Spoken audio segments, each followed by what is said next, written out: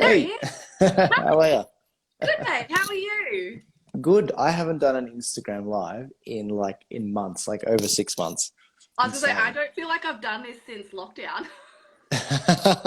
PTSD much. I know, I was just like, hang on a minute. How you going? Yeah, I'm good. How's your day been? Good, actually. I been out paddleboarding. I'm planning to go shoot that eclipse later tonight. Yeah, I was really interested about that. I think that's going to have some because that eclipse is going over the USA as well, and they've got their election tomorrow. So I'm curious to Yeah. see how that impacts people's voting I was gonna say, are you records. spiritual at all? Yeah, I'm spiritual, but I don't, there's it's a very broad meaning, spiritual. Like it could mean a lot of things. Yeah. No, I definitely feel like the stars and the moons do things to us, but hey, that's a chat for another day. Indeed. But look, I was talking to some security guards on the weekend, and they made the point that when we have a full moon, people tend to get into more fights when we're doing, when we're acting as bouncers for a lot of these nightclubs. So with a blood moon, they suspect it's probably going to be worse. But then again, I don't Well, know. I mean, I always say that if the moon is responsible for our tides, as if it's not affecting other things as well. yeah, So, yeah, that's absolutely. the way I look at it. For all the naysayers out there who don't like all that stuff, whether or not you like it, it does. But so I have got a bunch of questions, but the reason Joel and I have already spoken off camera, but the reason we're doing this live is because Joel is amazing at disseminating all this information, and then I just put it into like layman's terms for you guys. And Yeah. obviously, lots of people follow us because of our political content over the last, God, however long it's been. And we're coming up to what is a very, very game changing Victorian election. So there's a lot of angst, although I'm very optimistic. So I thought the first thing we'd start with, because I know you've done a really amazing program for this, is it too late to get involved in Victorian election stuff in regards to volunteering or helping the on the election day? No, not at all. I mean, if you did nothing up until this point, it's fine. The big date is really the 14th. The 14th is on Monday, this coming Monday. That's when pre-polling starts, where people can go to a voting centre and start to vote. And that lasts for next week, the week after, and then the Saturday, the 26th of November. It all culminates when most people come out to vote. So, no, there's still time. I strongly recommend people use some of our tools, including the volunteer funnel, where they can volunteer for a certain party and get put on the front lines where they're most needed. So that volunteer funnel, you've built a program that literally helps people figure out who they align with and how they volunteer with them. Is that correct? Yeah, so I've got an existing audience, which is it's a decent size, and a lot of them ask, "What can we do? Who should we contact?" And so yeah, look, I built this. Well, my team actually more specifically built it. They built this funnel which actually converts the Turning Point Australia audience. Really, anyone can use it into volunteers. So it literally you put in your name, your number, your email, and your electorate. You can even put your postcode and basically, you click the 9 freedom parties that you like, the ones that you feel that represent you the best. And that information gets sent to them in an email, which basically says, hey, Nancy wants to volunteer for your party. Basically, she's in this electorate. Here's her name. Here's her number. And it's the best way, most efficient way to connect them. All these different parties, they have their own sign up form. I thought, you know what? Why don't, like some people, they don't mind which party they volunteer for. They pick 3 or 4 parties, and whichever party gets back to them first is the winner. And they don't know who you've sent it to, so they're incentivized to get in contact with you. And yeah, it's a great tool. I mean, I think it's really great. Seeing hundreds of people have already used it now to go to the different parties. We don't retain the information, we're not trying to monetize you guys. We're just trying to help you guys, stay. Tell We're the trying to audience. help.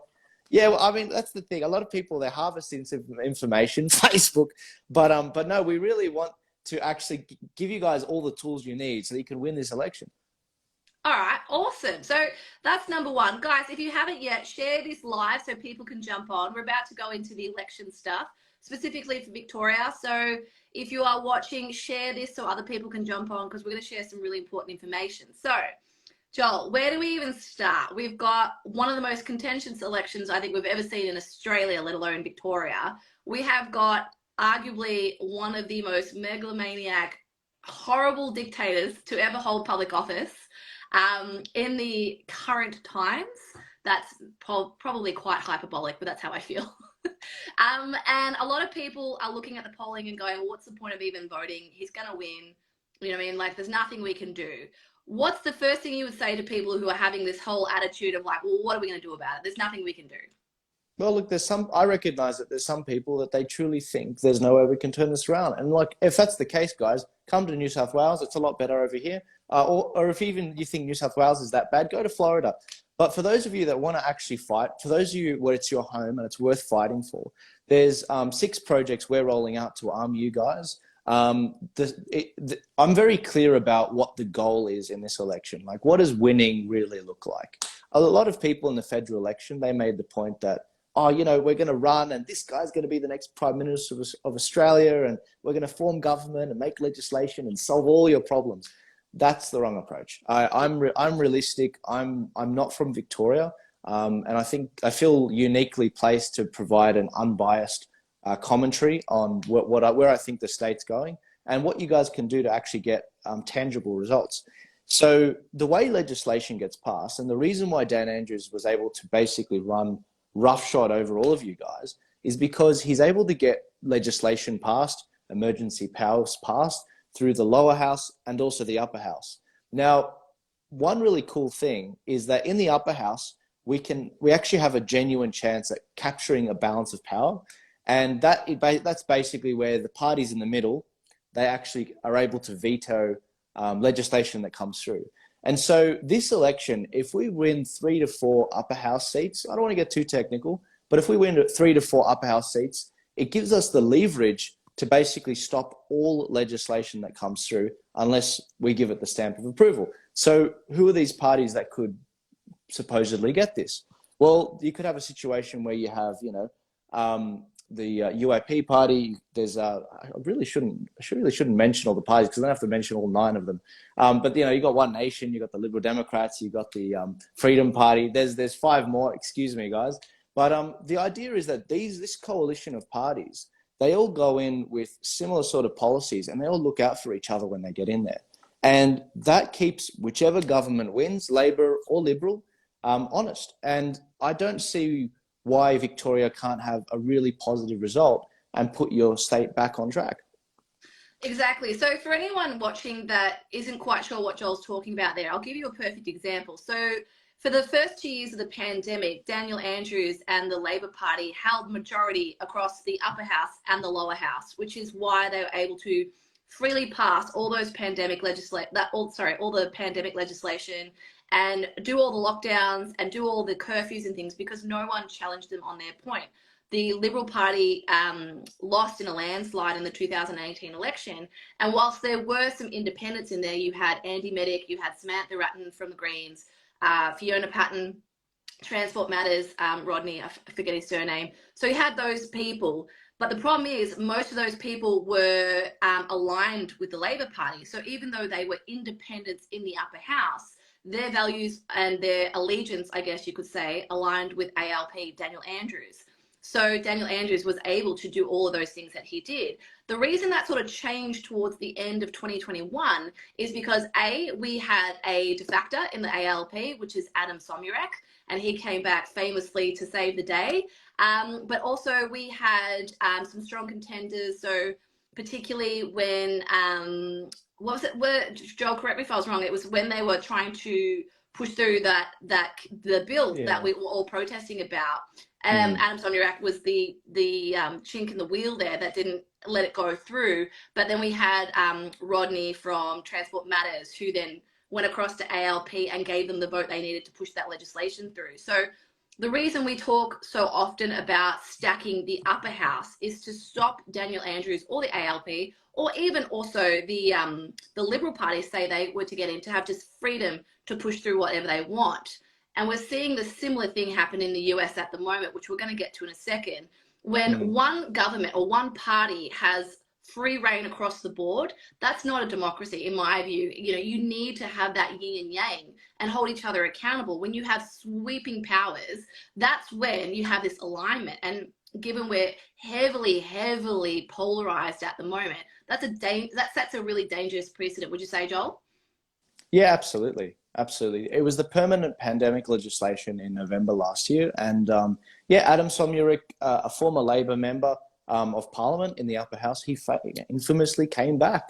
And it was really disgusting because of how it was passed by that Transport Matters group. But this is the thing, guys. As I said before, if we had one more person in the upper house, that never would have gone through. Yeah. Why is it that people have an advantage in the upper house and not the lower house? Why do we have a better chance of getting in? Because the way it works, guys, is in the lower house, you have about 100,000 people, or I think it's 50,000 people actually, per lower house seat. And it's very difficult to combine the votes together because you're segmented in a geographic area. Whereas with the upper house, you're segmented in bigger regions, which are about 11, there's like 11 smaller electorates in there. And it combines the votes together and it allows you to work a bit more with a larger group of people that have your interests in mind to get in. So the fact of the matter is we've got a much better chance of getting people in the upper house in Victoria. And there's a lot of other tools here that will help you guys achieve that. Absolutely. So, okay, so we know how to get involved. What happens coming closer to election day? There's a lot of people talking about preference voting, how to vote, who they should be voting for. And I saw a comment today, so I put up a question box, and one of the comments was, there's so many people now going up for office. How do we know who to choose? How do we know they're not going to defect? So, Joel, yeah. I'm going to hand that one to you. Yeah, sure. So look, if you go to the Turning Point Australia website, that's www.tpaust.com.au, nice and simple. You'll see the whole site has been arranged around the Victorian election. There are two tools that are there. The first is the volunteer funnel, which I've already talked about.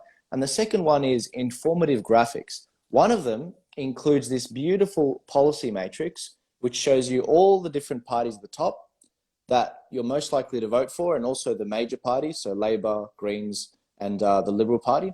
And along the left side, you've got all of the different policies which you're probably more likely to vote on, like, you know, against lockdowns, against vaccine mandates, against a lot of this stuff.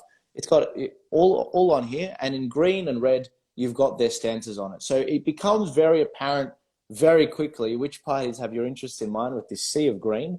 And on the right side, you've got this sea of red, which basically shows the parties that don't have your interests in mind. So that should help you pick which party you most likely want to vote for if you want to get into it.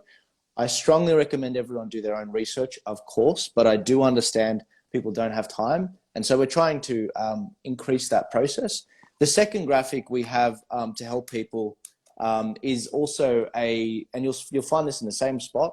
From left to right, you've got parties ranked on freedom. So the more in the blue end, you've got the more freedom sort of centered parties on social values as well, relatively more Christian values, conservative values. And then on the left, you've got like the Socialist Alliance, for example, basically communists. And that gives you an idea of where they rank on a general scale. And at the top there, you've got your little link to our website, which will take you to our how to vote cards. And that's another thing. In Australia, we've got this very complicated system of preferencing our cards. What are preferences? Well, in America, for example, when you go to vote, for example, you don't cast a number of votes. You cast one vote for one person, and if they don't get in, that's it. It's done. In Australia, different story. We've got a preferencing system where you actually go from in the lower house, for example, in Victoria, you have to number all the boxes. So if your first guy doesn't get in, then that vote flows to the second guy, and so on until the end. And so in the upper house, it's a slightly different story, a little bit more complicated.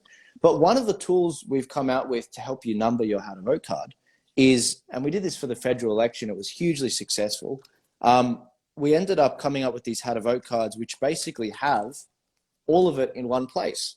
So you've got the lower house here where it preference numbers the cards.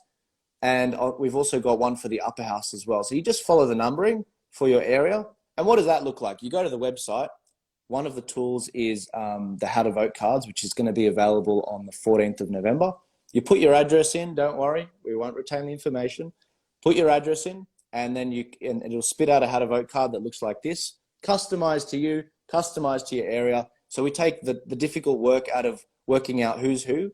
We guarantee essentially that you're only going to get those awesome freedom parties on top. So all those parties that you see the green with, you can see that all of those parties end up being the ones on the top. So we can give them the best opportunity before we have no choice but to eventually preference the major parties. And so that was a really powerful tool. It was definitely the most sought after thing. We got 250,000 downloads in the federal election as a rock bottom minimum. Yeah, it was. I was really proud of that because, you know, we weren't making money off it. It was something to turn the country around on and to give people a tool to actually fight these bastards, to be frank.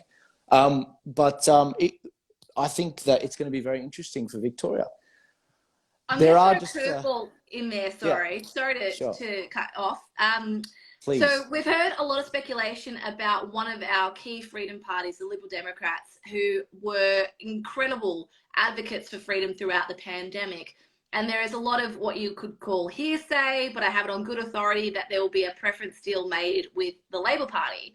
So I know a lot of people are starting to feel really frustrated with that and not entirely sure what happens there. So in regards to the preference deals that the parties they themselves do, there is a way to circumnavigate that, correct? Absolutely. Absolutely. And, you know, we're only halfway through the projects. I've got other projects which will actually expose, not expose, it's like a bad thing. I'm not out to catch anyone. Everything I'm doing is to give people information. And with that, I trust them to make an informed decision. And that's something I think is refreshing after people in authority talking down to us like we're kids. I'm coming out with what it is, and I'll explain it for you this way. So in Australia, parties make deals. They make preference deals. They do it all the time. Every single party does it. The real question is, are they making deals with parties that go against their interests? Like, are some of the Green parties making preference deals ahead of friendly parties and putting some of the red parties in? That's the sort of thing we're a bit worried about. It's like, why would you put someone that's against your interests? Why are you selling out your values? So that's what we're sort of alert to. So in Victoria, you've got a unique preferencing system, which we don't have in the other states. So we don't really have this problem. In the upper house, what's the best way to put this? In the federal election, for example, on our How to Vote cards, you would see that we were able to number all the different parties. Now, for your state election, that is not a thing. You do not get to vote above the line more than once. You're only allowed to put one in. So what happens if that one that you get in doesn't get in? Well, then that party, what it does before the election, in fact, this Friday, they submit this form to the Victorian Electoral Commission, which says where they want their vote to channel to.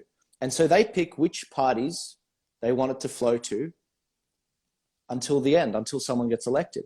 Now, the problem with that is, yeah, it could flow to a party that you may not align with. And I just think that, I think people need to know that information. So the fact of the matter is, I don't agree with parties selling out their fellow freedom parties for, you know, selling out their values for a party that's against their interests. And so one of the projects we're rolling out on the Monday, on the 14th, is basically a graphic which shows you all of the different freedom parties and where their votes are channeling to. So you can see, is that Labor they're putting on top? Okay, I may have to reconsider that specific party. And this is the thing, guys.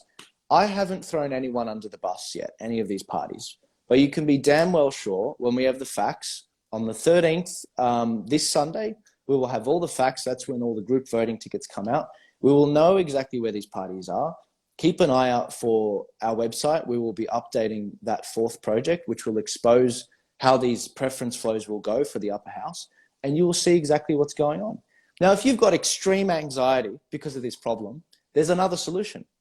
You don't have to vote above the line. You can actually vote below the line and control where your preference flows. So just to be clear, you get two ballots when you get in. You get a green one, you get a white one. The green one's for the lower house. You have to number all the preferences. No worries, that one's fine, that's solid. But for the long white one, if you vote above the line, then you can only put a 1, and the party will control where the preference flows if they don't get in.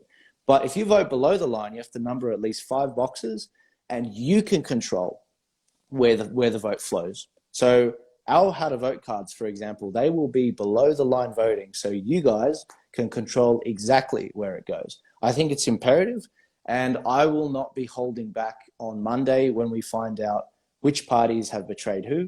And the great thing about our how to vote cards is we can change them at any time because they're digital. So we might have to take a second look at some parties who we thought were favorable in the past.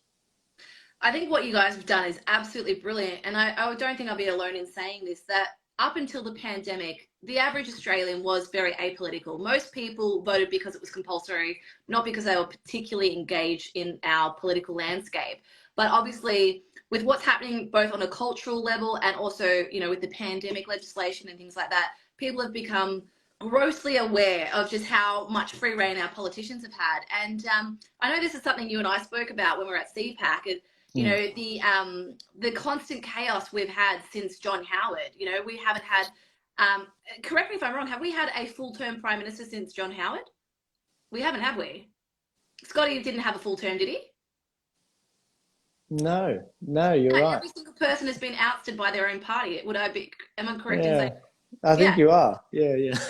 I want to make checks. Someone's going to fact check me and that's going to come back to bite me in the ass. But yeah, so I mean, you know, and it wasn't always the way. Like traditionally back in yesteryear, back in the old days.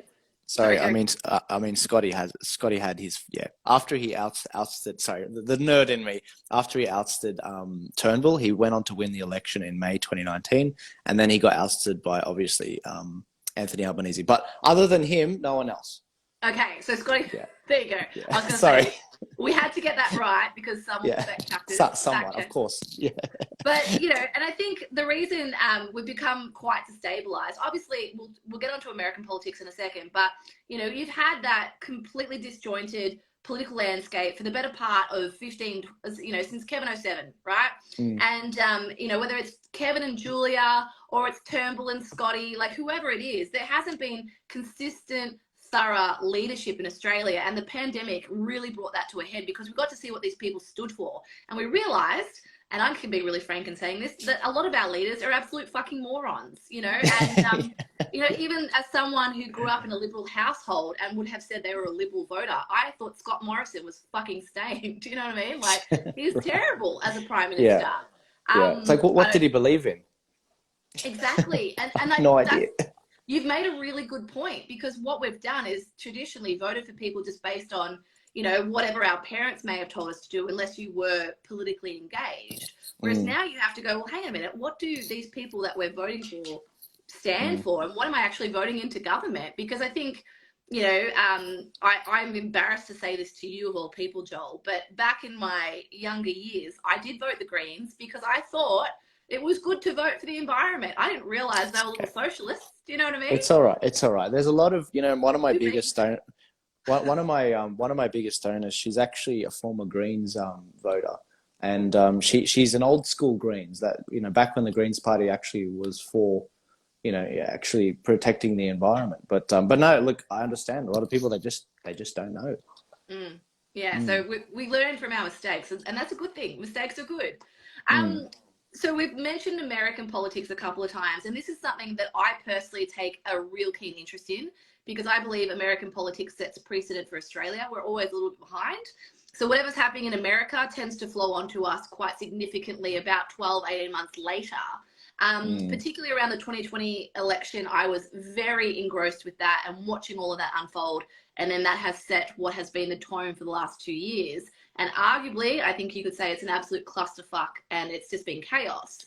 And in that time, again, you started to see a lot of, you know, not to use buzz terms, but deep state being brought to the attention of everyone. And you hear people talking about the World Economic Forum and all these things that prior to the pandemic, no one had ever even discussed before. It's like, do you like this person or do you like that person? That's who you vote for. We've got an American midterm coming up. I think it's tomorrow they vote. Is that correct? Yeah, that's right. So at 12 o'clock tonight, our time, that's when the polls open. So, and we're hearing a lot of people talk about a red wave. Now, I can put that into layman's terms, but I want you to sort of explain why that sets precedent for Australia, what that means on a global scale, and how that might filter through to our own elections. Yeah, sure. So, I mean, Brexit, which was the British, the United Kingdom leaving the European Union, that was in, I think, June 2016. That ended up spurring on the energy that got Trump elected in November 2016. And to pretend that those events are not linked is completely ludicrous. What it is in the Western world, in the Anglosphere, in the Five Eyes country, you might even say New Zealand, Australia, Canada, America, and the United Kingdom, is we've seen globalization. What is globalization? Well, it's where basically you offshore all of the manufacturing overseas. You become a less of a nationalist state where your state is last, and you have to concede for other countries. Give them money, give them concessions. Your people are last, and all the hardworking jobs that were first and second industry just get offshored.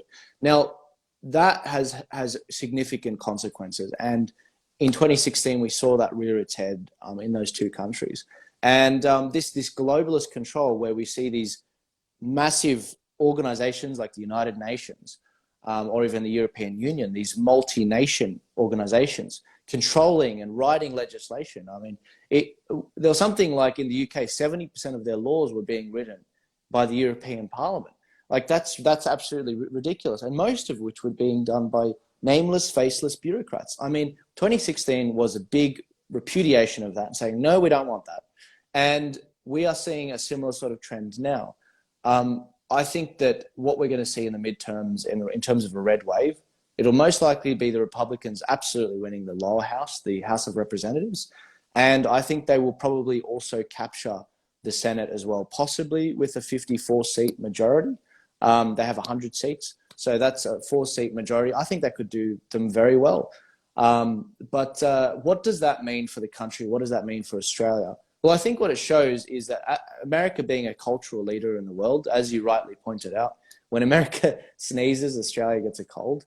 I think that Australia is very much going to be in a situation where we can't pretend that we're not going to be influenced by the American midterm elections. There's a genuine pushback against the globalists, against the establishment, against the lockdowns, against the mandates, against climate change, against shutting down industry, whether that be through climate change or other means. I'm very excited to see what happens with the midterms and how America responds. What does it mean for Joe Biden? It means he can't get anything passed. And that means that, it won't be the one writing the legislation. It'll only be the Republicans. And he'll try vetoing legislation, but the way it works over there is they can just keep pushing it through until they force it through. And Joe Biden has no choice. So what does that look like in terms of Australia? Well, I think Australians, they suffer from a lot of tall poppy syndrome. And why am I bringing that up? Because I think that sometimes we can only be inspired by people overseas, these larger than life figures.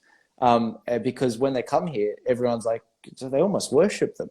I mean, imagine if Donald J. Trump came to Australia. I mean, imagine that for a second. But you would never have an Australian figure like that, could you? No. You just couldn't, because we have that tall poppy syndrome. And so, well, sorry to cut you off for a second, but I think it's worth noting, and I've had this discussion with quite a few Australians. As much as we like to think we're massive players on a global scale, we are ants considering the size of our population. 25 million people is a drop in the ocean when you compare to the likes of China or America or the European Union. Like, our population is quite insignificant. You've got, 325 million people in America. So just the buying power and the pool that has across the global landscape is much more significant, which is why they do set the precedent and the tone. Their GDP is significant, so whenever America makes a decision, it does flow on to us. And when you talk about that tall poppy syndrome, Australians, we are on this floating island at the bottom of the planet. We tend to think we're a lot bigger on a global scale than we are. We are so isolated. And I don't want to offend people in saying this, but that isolation is also a curse to us, because tend to think that what we know to be true here is true across the oceans, and it's a completely different thing. When an Australian talks about oppression, for example, oppression to us would be not getting enough money from the government for your Centrelink. Whereas oppression in another country will be the difference between you getting running water or not, or electricity. So we are a bit skewed with our perception of the world, particularly those who haven't traveled. So when you have people like that, and I'm kind of going off on a tangent here, but I promise I'm going to make a point.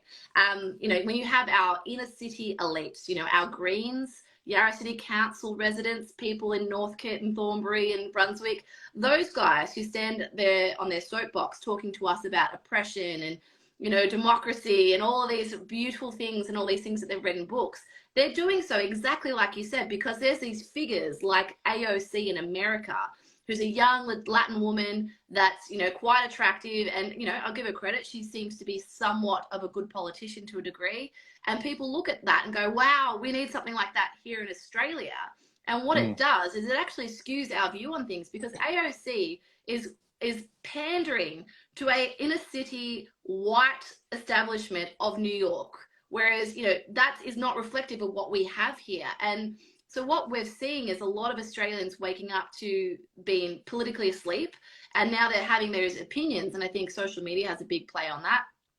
People are on TikTok, they're on Twitter, they're on Facebook, and they're not, I don't want to say indoctrinated, but they're getting access to things without context. And so when I talk about America being a really pivotal part of our cultural landscape, it is because that is where a lot of the bigger policies are decided that they'll run onto Australia. Unfortunately, due to our population and our isolation, we don't seem to push that needle either way. So, you can not like that America sets precedent, but that's why. Would you agree? Yeah, no, absolutely. Totally. But I wouldn't underestimate Australia in terms of it's got quite a punch. I mean, let's not forget that Australia is like the 8th biggest economy in the world, something like that. Like, we're on par with Russia, and Russia has obviously a massive military compared to us. But we just allocate our resources more internally for so people have good healthcare and other services. But so look, I wouldn't underestimate Australia in terms of the punch we pack. But this is the thing. Yes, we're isolated. Also happens to be a significant defense advantage we've got. We've got all of these resources. We've got amazing beaches. We've got an awesome population that does actually have the rule of law and respect the rule of law and the differences between men and women. We respect that. There's a lot of good things. I ran into Dominic Perrottet, my own premier, the other day on a Sunday having coffee. And I ran into him and I was like, oh, how you going? And I asked him about how he thinks he's going to go in the election, and we have a different view on that. But the fact that we could do that, it was a reminder even to me that, wow, we really live in a good country. Now, if it was Gladys Berejiklian, I probably would have said a lot. I would have said definitely different things. She was the former premier, absolutely tyrannical. But I think that a great man once said, or a once great man said, Australia has everything it needs to be a great country, by one thing, and that's leadership. And I think that the politicians have been let off for so long without any serious scrutiny. But what the pandemic in the last 2.5 years have done is it's presented us with a situation where it's like, okay, you're going to force me to sit at home? All right.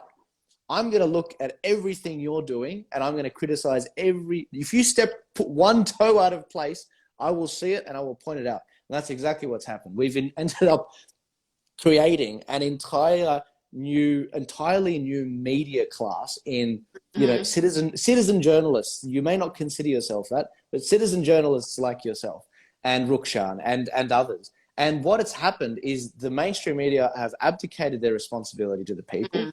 And as Jordan Peterson says in his new book, where responsibility has been abdicated, opportunity lurks. The mainstream media, they were happy to get all of these subsidies from the government because it was a pandemic. They were happy to get all of that, but they abdicated their responsibility to give people reliable information. And so the opportunity was seized by a lot of people to actually get in there and give information. And this is actually quite a cool lead-in. The politicians are now realizing people have access to this device called a phone that can search information up. And I'm pleased to drop this bomb on this stream tonight. But the fifth project that we're rolling out for this particular election is called a politician transparency report. What is that? Well, it's basically a rap sheet. So what you do, you guys are gonna love this. You put your address in. Remember, we don't keep your address information. You put your address in, and it spits out, similar to the how to vote card, but it spits out a card with your politician's picture, their name, are they up for re-election, and all of the crap they've been up to. What did they vote for? What are their quotes? What is the corruption that they got up to? Whether that's red shirts, whether that's hotel quarantine, all of that crap. Dan Andrews one, he needed a longer one, probably the size of my arm. Do you get a book for Daniel Andrews? Yeah, we had to prioritize the most shocking things and then cut the rest out. But this is our fifth gift to the state of Victoria. I'm excited to roll this out. I haven't told anyone about this publicly until now, so this is an exclusive for you, Kylie. And the idea is that it's almost like I call it a rap sheet, almost like a criminal record. It's just what have these politicians been up to?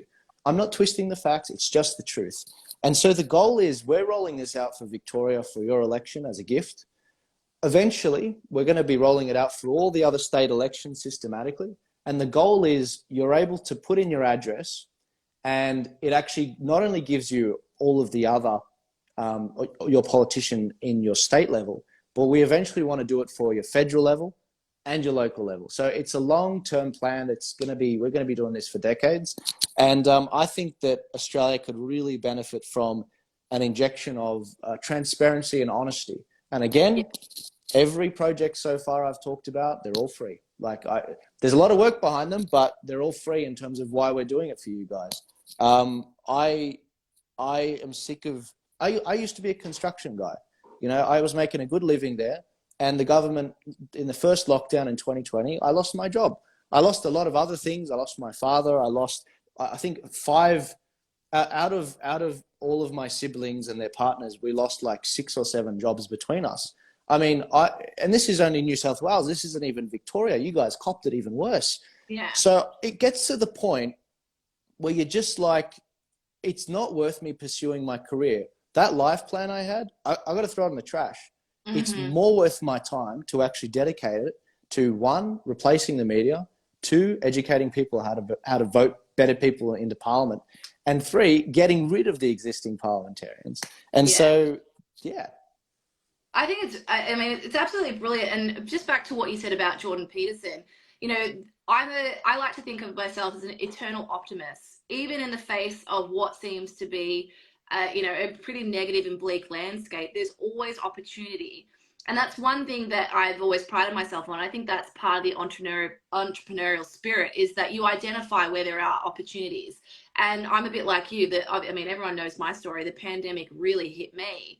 But the thing that became really apparent to me, and I saw this as a really beautiful opportunity for humanity across the globe, was to become a little bit more engaged with how we all interlink with each other. I think our culture for a while there became quite vacuous.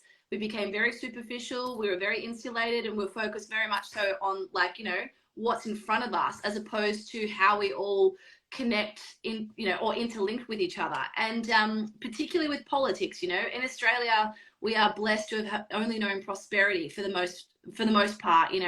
Aside from personal circumstance, as a country, as a nation, we've had incredibly prosperous times. And so when something like the global pandemic pops up, it is arguably probably our first huge test since World War II, I would say, as a nation. And what it did was sort of really wake people up. And I hate using buzzwords that have come out, but, wake up in the sense of, it's important to be aware of your circumstances, and it's important to have conversations. And that's something, just as a history nerd, that I love, and someone who's well-traveled.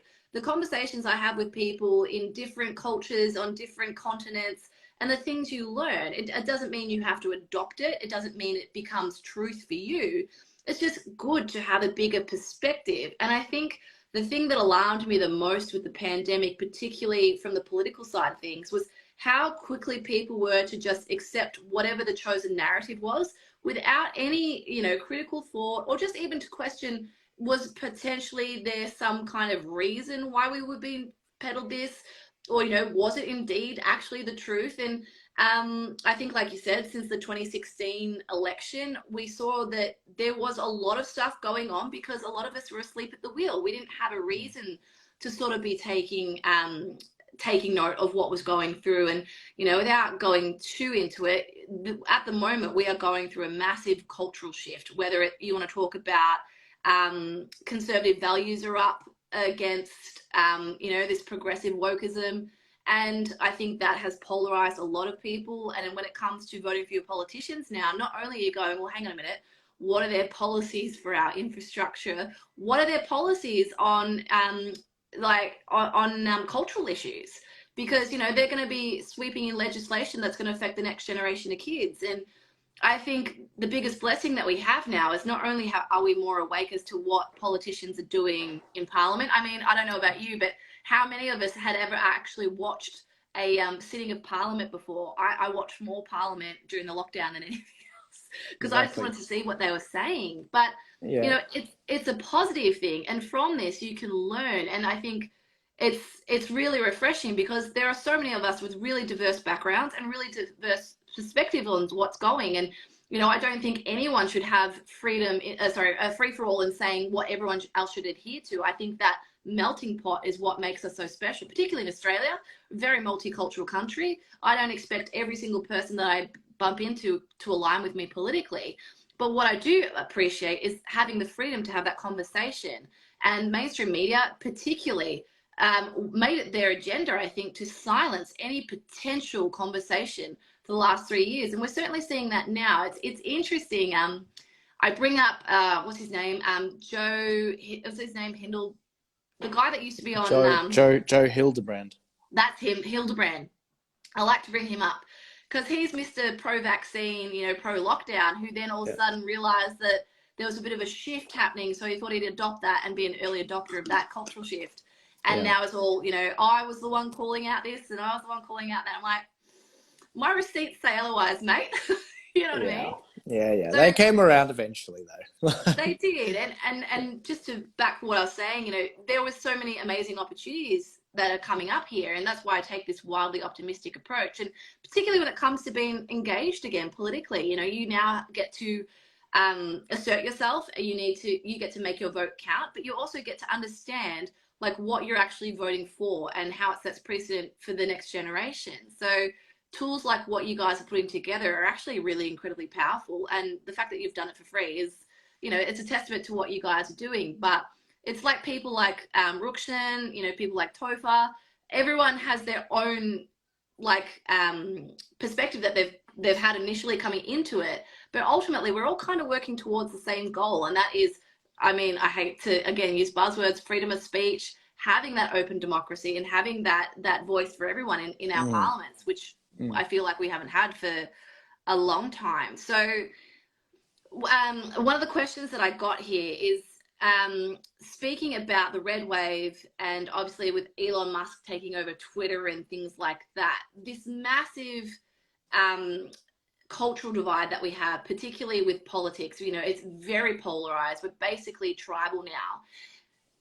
In regards to the layman, right, the average Joe, how do they start to bring that back to a more moderate approach to things? Because, you know, it feels like now, if you were to assert your opinion on Facebook, Instagram, Twitter, you are going to be attacked by everyone, unless you can find someone that agrees with you 100% across the board. And I know that to be true, particularly on the right side of things as well. You know, I mean, you can say what you want about the progressive left, but the progressive right or the far right are just as guilty of this. You know, if you agree on this here, but you don't agree on that, then they want to boot you out of the tribe. So, you know, I feel like a lot of the power comes back to, I don't know if you can hear my dog, sorry. A lot of the power comes back to the moderates, to the average Joe, which is why I try and encourage conversations. But what do you see as being a potential tool for us to be able to bring everyone sort of back to a more, you know, connected cultural view of what's going on. Hmm. Yeah, look, I always try to, I love ecumenicalism or bringing people together or, yeah, I really, yeah, I see myself as a bit of a diplomat in that sense. In a lot of my projects, I do try to find what we agree on and how we can come together. I think the policy matrix is a really good example of that because you see what all of the parties agree on in terms of the fundamentals. There's a million policies, but I've clearly selected policies that they agree on that are fundamental, like freedom of speech, freedom of religion, freedom of movement. I mean, believe it or not, that's guaranteed in your constitution, but you wouldn't know that after the last couple of years. Whereas the major parties, they don't believe in that, and the track record's not there. And so I guess what I try to do is I try to bring people together in a sense that, hey, can we at least get the base level things done? I don't care if you want to dabble on this obscure bit of the Constitution that no one actually cares about. You know, you can have that after we get secure the fundamental rights. If we can't speak, we can't do anything. You know, if we can't move, we can't do anything. If we can't buy anything, we can't do anything. If we can't work, we can't do anything. Like, can we focus on those things before going into the, you know, the specific minutiae of bullcrap, you know, sort of out there? Like, Yeah. there's so, you know what I mean? Like, let's get our priorities straight, and then we can talk about all the different, you know, intricacies of policy. But I think that you know, connecting people through culture has been something that's characterized the freedom movement in the last couple of years. The freedom movement's probably going to be a term that dies over the next year or two as people go back to normal. What will just happen is a lot of them will stay with the conservative side, most likely, of Yeah. politics, because the conservatives generally did have our back. Not the Liberal Party, conservative ideologically people, big difference. But yeah, look, I think that building culture around certain figures, building culture around certain meme culture, it's really hard to define what that is. Just watching something happen, the media fixates on it, and us making fun of the media, basically. Like, that's basically what meme culture tends to be. But yeah, look, I think that that's the way to go. I mean, if you want to change the country, culture is the way to do it. After all, politics is downstream of culture, and Yeah. as Breitbart said, and yeah. Yeah, I think meme culture is that's ultimately the wall. I mean, the wall we're in. I know we're both big fans of Tim Pool, and I watch those guys most days. And that's something that you realize now with Elon Musk taking over Twitter is it's not about silencing any side. It's just who can argue their points better. And what I've noticed a lot, just in my observation, and you know, I'm happy to be wrong on this, is that progressives seem to push their ideology and just accept that as the status quo with no argument. Whereas, you know, if you were to poke holes in that, that's when they get really defensive because they're not willing to argue their point. They just accept that it is. You know, they state their statement and that's just fact and it's set in stone. Whereas meme culture and the way we seem to be growing with this social media world is that we can then poke holes in that in a friendly way, and you can see just by the way they react to things, if they're super defensive and they shut you down, they want you silenced, they want you censored, that they actually don't have much of an argument. And I find that side, the psychology side of social media, really interesting, and that's that aspect. But you know, something I've been paying attention to the last 2 weeks. I actually joined Twitter. I've never ever been on Twitter. I still don't really understand it. And my first tweet was men can't get pregnant because, you know, I just came out guns blazing. And I was like, I'm going to do it. Let's just light this thing on fire. And, you know, 10 years ago, that would have been like, duh. Like why are you saying this? Yeah. Whereas now it's quite a contentious point. But Are you still up? I am. I am. Beginner's luck or something. I don't know. Luck. That would have got me nuked. Yeah, I just, you know, watching I didn't realize that people from anywhere just come on to your tweets and like argue with you, and I was like, who the hell are you? Who's this person? But yeah. Watching Elon, like, you know, you've got the new owner of Twitter who's literally live tweeting the decisions as he's making them, and the media trying to be like, no, this is happening. I'm like, well, hang on a minute, you've got literally the person saying it from the horse's mouth, and you still got the archaic dinosaur mainstream media trying to manipulate the narrative on the fly. And I'm Mm. finding that whole thing quite interesting. So, thoughts on Elon and Twitter? Yeah, look, I'm sort of waiting and seeing what he does. In the meantime, I'm sort of moving on to Getter. I like Getter. It's a great platform. I can actually transfer my Twitter following onto Getter, which is really easy, and I can cross post onto Twitter. So it's a good insurance policy. So I've been using it very well. It's a much friendlier environment on Getter. I don't have the left. It's not stacked. It's not censored. It's not. I don't have these lefties coming after me. On Twitter, I've had Twitter since I first sort of became politically active in 2016. Back when I was a lefty, actually. And no, it didn't make any sense to me why I was getting censored so much, and I can't get any likes on anything. What do I think Elon's going to do? Look, if he fixes the platform, that's great, but I think he's going to have to fire every engineer that works there. I mean, let me put it to you this way: are you a fan of the ABC? No, ma'am. No, I am not. Let's just say that we want to put, I don't know, who's your favorite politician? What a question. In Australia. Who do I detest the most is more of an accurate No, question. you can pick one. Who do you detest the least? You can pick one from Victoria if you really like. All right, since he's watching, I'll go Anthony Curcio. There you go. Okay, let's say Anthony. Anthony, we're going to send you into the ABC. You've got a 12-month contract. You've got to turn the ABC into something better than it is, basically. In order for him to do that and to remove the bias, he would have to fire every single person. That's what we're talking about, but with Twitter and with a talent pool that leans left. I mean, these tech jobs, they lean left.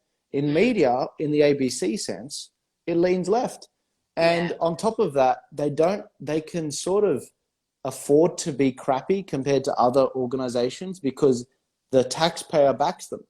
And so, that's what Elon's got to do. So I'm not holding my breath here. If he manages to pull it off, kudos to him. That's great. I hope we see Donald Trump back very soon. But I have to admit, Elon's been moving very slow on the unbanning front. I mean, he said that everyone that got a low-level ban or shadow ban, it'll be lifted. It hasn't been done yet. Now, I don't know what the logistics of that is, but it hasn't been done. And also the fact that Project Veritas, Jordan Peterson, I'm not sure if Jordan Peterson is back actually, but Milo Yiannopoulos, Alex Jones, and Donald J. Trump. I mean, a former president hasn't been brought back on, but you've got, I think Ayatollah Khamenei and the Taliban, they've got accounts. And you've got the fact that Project Veritas isn't back on. Do you know this whole thing started because of Project Veritas? The reason why I thought it was Babylon B. Because of the Babylon B. Actually, I think you're right. I think it was. I think it was the Babylon. Yeah. Yeah, because Elon and responded. And they tweeted, they were talking about Rachel Levine, the 4-star admiral, and they said, this is a man. And they put up a photo of Rachel Levine, and that's what got them nuked. See, Elon, what's the holdup? What he's doing is he's consulting with a lot of these organizations, which Twitter, before Elon, already consulted with. A lot of these organizations that hate Elon, they're talking with him, and they're like, it's like, these people hate your guts. They're going to hate your guts either way. They're the ones that are going around, talking to your funders, your advertisers, and saying you need to boycott this. There's a massive push by, Gates and all these other organizations to basically, he's pushing all these organizations, all these advertisers to boycott Twitter. And the mainstream media, they're leaning into it too. It's like billionaires owned Twitter before. It was a Saudi billionaire that had a massive share in it, but they've got a problem with Elon. The real question is why? And so look, in the meantime, if he can pull it off, that's great. If he can't, I'm going to be on Getter. Let me know Carly, if you want me to reserve your tag there. No, I'm on Getter. You're on Getter. Are you certified? Yeah, I am on Getter, and I'm on Getter and Twitter as Carl J. Soda. On Twitter, I'm the real Carl J. Soda because one of my trolls took my name. That's all right. Right. After this, send me your account. I'll get it certified because I know Jason. He sponsored the Nigel Farage event, which came to Australia. He's an absolute legend. Former Trump advisor. when Trump had COVID, he was in charge of the White House. He was an Oh, absolute wow. legend. Yeah, There you go. he's not a small guy. So he owns Getter, he runs Getter, he's the CEO. Absolute legend. I'll talk to him about certifying your account. Will do. And I guess it just reminded me, I've got 2 minutes remaining here. So just a quick little tip for the Victorian election. Which way do you think it's going to go? I did a video this morning on it. I think that the lower house will go to Labor. I think it'll probably be a majority government. I think Dan Andrews will win his seat, but I'm not sure about the upper house. I think the upper house, we can genuinely capture the balance of power, control what legislation goes through, and restore control back to the Victorian people. Okay, I'll give you my hot tip. I think Daniel Andrews will lose his seat. I really do, just because I've been on the ground there. I've been doing a lot of work or helping out with Ian Cook, and the temperature there is really interesting. You know, it's a lot of migrants, particularly migrants who've fled communist countries. So it's going to be really interesting. If not, it's going to be very, very close. Whether it goes to Ian Cook or it goes to someone else, I couldn't tell you. But it's going to be really interesting. But given all the hit jobs coming out on Andrews this week, you got to wonder that there might have been some people there who are still on the fence. You know, I made a comment today. He's like the bullet riddled villain in a Western that just won't die. I don't understand it. Yeah, we'll see what happens. I mean, as being a Christian, I believe in justice in this life or the next, but I prefer this life. So let's see if we can bring it about it sooner for Dan Andrews. There we go. And Sam Black, who's been commenting, trolling, I guess, throughout this whole thing. You've got to be cooked if you think Dan's losing his seat. We'll wait and see. We'll wait and see. I'm optimistic. Yeah, look, either way, as I said, in this life or the next, the more he gets away with in this life, the worse it's going to be. Absolutely. Well, thank you so much for your time, mate. I really appreciate it. And Millie's pinned the comment there, but I'll share this and I'll share your website. And thank you for everything that you're doing. Awesome.